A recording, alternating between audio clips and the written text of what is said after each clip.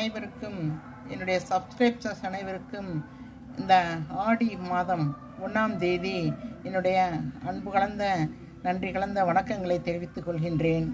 இன்று ஒரு சின்ன நியூஸ் மட்டும் உங்களுக்கு சொல்ல போகிறேன். என்னென்னா, இது நான் யூடியூப்லேருந்து ஒருத்தங்க சொல்லி கேட்டது தான்.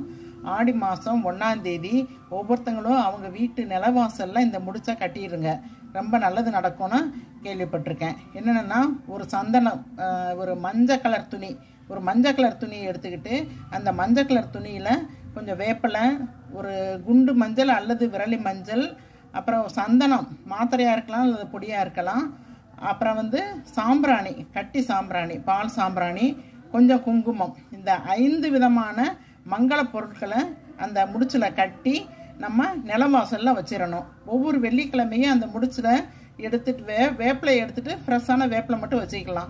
இந்த மாதிரி